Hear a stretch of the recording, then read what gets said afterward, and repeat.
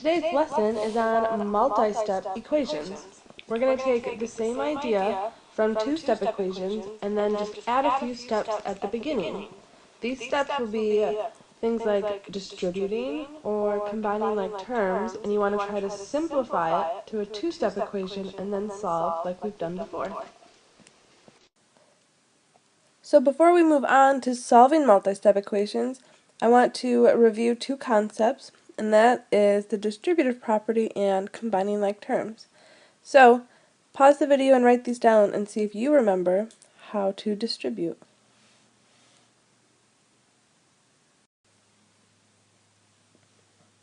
So here are the answers. You just have to remember to take the number on the outside of the parentheses and make sure you're multiplying it by both numbers inside the parentheses. So now here are three examples that involve combining like terms. So remember, combining like terms, you want to find common variables. So we have x plus 8x means we have 9x, and then the minus 5 comes down. We cannot combine those two together. For the second one, find all of your m's. 9m minus 4m plus m is 5m, and then the plus 2 comes down and cannot be combined. And then last one, negative a plus 5a is 4a, and then 2 minus 3 is negative 1, minus 1. So we need to understand both the distributive property and combining like terms for multi-step equations. So here is the first equation we need to solve. Before you start using inverse operations and moving things across this equal sign, we need to see if there's anything we can simplify. And there is, because we can first distribute on the right side. So we have negative 3x, and negative 3 times negative 1 is a positive 3. And then we have this plus 9 at the end. So always look to see if you can distribute if you have a set of parentheses. And then after you distribute, you need to check, are there any like terms that I can combine on one side of the equation? So here I have a plus 3 and a plus 9. So 15 equals negative 3x plus 12. So now we've taken two steps, distributing and combining like terms, and now we're just back to a two-step equation. So we can subtract 12 on both sides. So these can cancel, and 15 minus 12 is 3, and 3 equals negative 3x is left over on the right side, and now we just have to divide by negative 3. And 3 divided by negative 3 is negative 1, so x equals negative 1.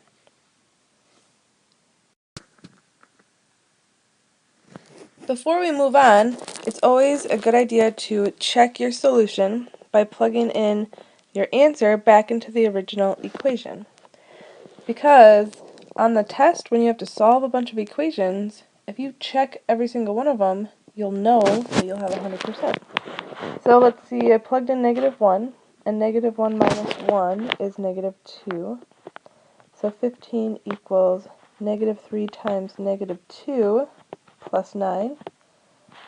And negative 3 times negative 2 is a positive 6, and 6 plus 9 is 15. So 15 equals 15. It checked.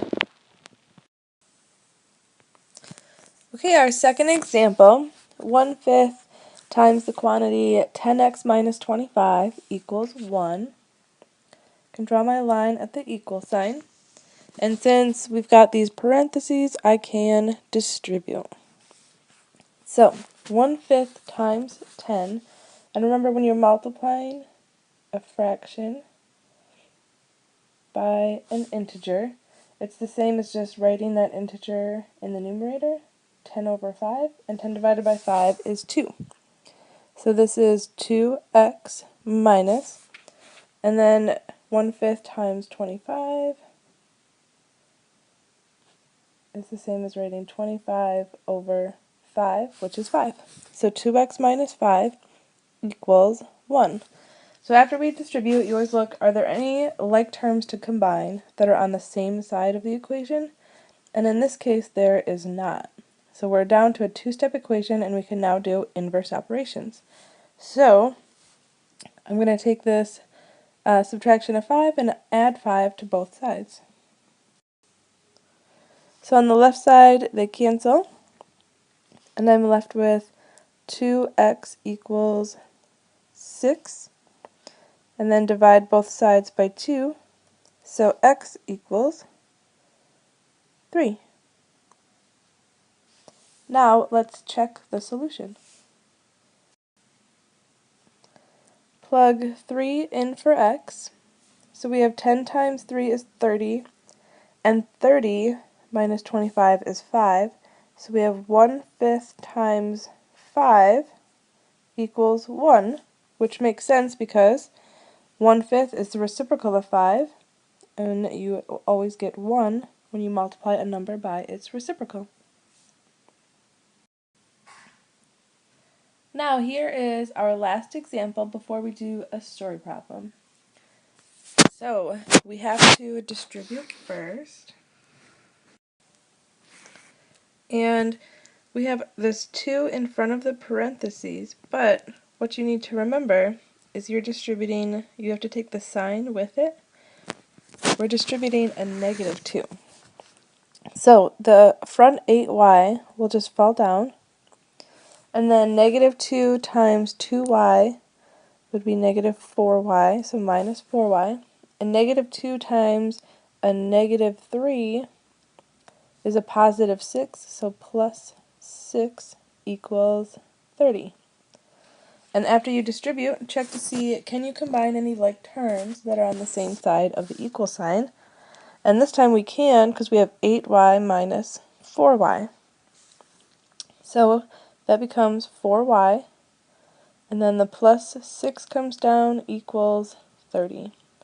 So after we distribute, we combine like terms. Now we're back to a two-step equation, so I can subtract 6 on both sides.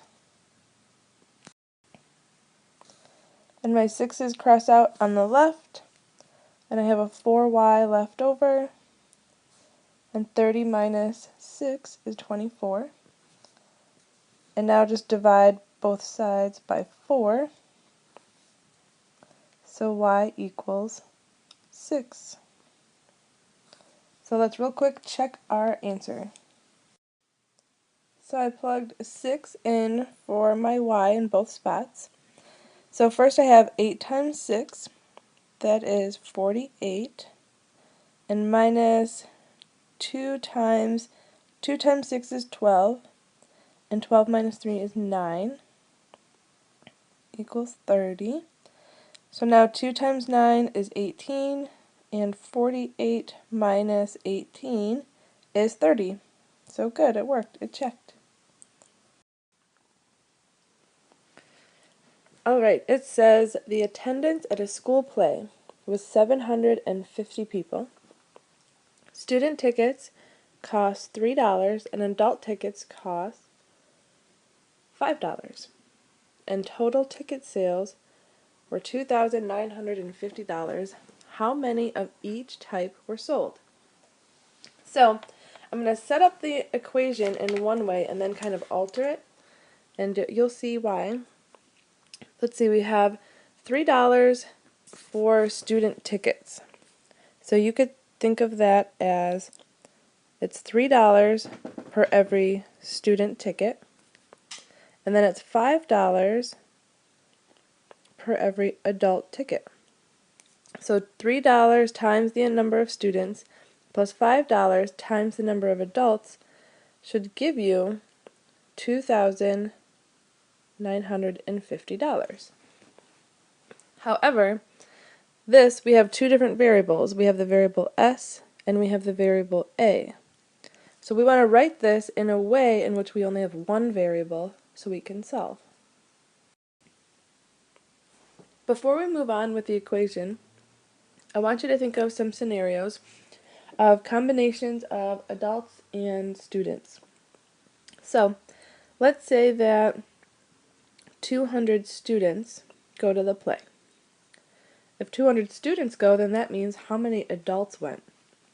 Well, to figure out how many adults went, you would just take the total 750 and subtract 200, whatever the number of students. So let's say there were 300 students. To find out how many adults, you would do 750 minus however many students there were.